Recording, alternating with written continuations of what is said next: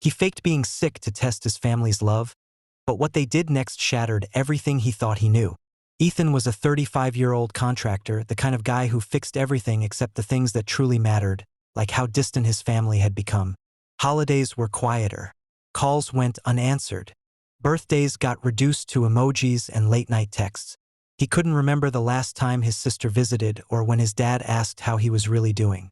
So one day, on a tired impulse and a bitter heart, Ethan did something reckless. He sent a group message to his family. Just got back from the doctor. Serious. They think it might be something bad. I don't want to worry anyone, but I could use some support. It was a lie, a test.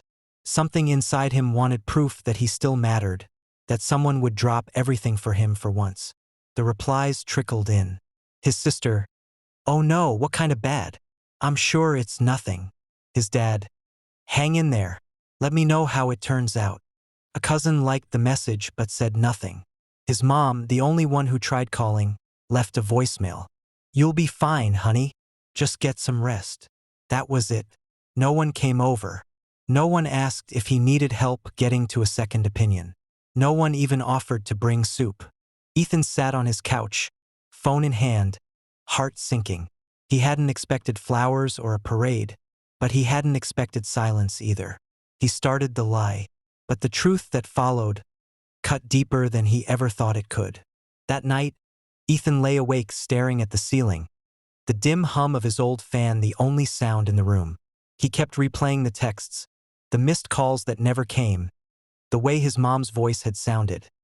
Loving, yes, but distant, like she'd already convinced herself it wasn't serious, like she didn't have room in her life for another emergency. He hadn't cried in years, but that night something cracked. The next morning, still in the same clothes, he opened his fridge. Nothing but ketchup packets and leftover rice. He stared at it, then laughed bitterly. If I really were sick, I'd be starving alone, he thought. By noon, he got a message from his sister. "Hey, everything okay? I told Mom it's probably stress. Call us when you feel better. Not if, when."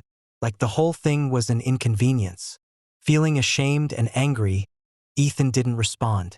Instead, he called a friend from high school. Someone he hadn't seen in years, but who once stayed up with him all night after a bad breakup. "Hey," Ethan said hesitantly. "I know it's random, but you want to grab coffee?" An hour later, they were sitting across from each other in a quiet cafe. His friend listened, really listened, as Ethan told the truth. The fake illness, the silent reaction, the ache he couldn't shake. "I just wanted to feel like I mattered," Ethan whispered. His friend didn't judge, just nodded and said, "You do. Maybe not to them the way you hoped, but you still do." That sentence landed harder than all the silence Ethan had faced. He realized he'd been chasing validation from people who'd long stopped showing up, and ignoring the ones who still would, if he just reached out. Over the next few days, Ethan stopped checking his phone every 5 minutes. The silence from his family remained. No surprise visits, no real concern, just the occasional emoji or vague text asking if he was feeling better yet. But something inside him had shifted. Instead of waiting for their care, he focused on the people who'd already shown it. He reconnected with old friends, called a coworker he once helped during a divorce, even visited his neighbor, Mrs. Jensen, the widowed woman he used to shovel snow for as a kid. She welcomed him with warm cookies and warmer conversation. For the first time in years, Ethan felt seen. One evening, while helping Mrs. Jensen fix a leaky faucet, she suddenly asked, "Your parents? They don't live far, do they?" "No," he said, tightening a valve.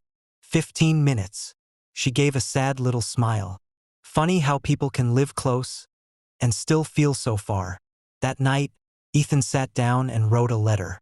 Not an email, not a text, a letter. It wasn't angry. It wasn't dramatic. It was honest. He wrote about how alone he'd felt, about why he sent the message, about what their silence had revealed. He didn't ask for an apology. He didn't beg for anything. He just told them the truth calmly, clearly, finally. He mailed 3 copies, one to his sister, one to his mom, one to his dad. Then he let go. He no longer needed to be sick to know who would show up. 2 weeks passed. No replies, no calls, no unexpected knocks on the door. And strangely, Ethan was okay with that, because something had changed, not them, but him. He'd stopped begging for crumbs from people who didn't know how to feed love the way he needed it. He had started building something new. Small dinners with friends, Saturday hikes, quiet mornings with black coffee and no guilt.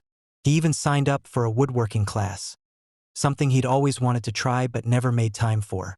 Then one evening, just as he was leaving the shop, his phone buzzed. It was a message from his dad.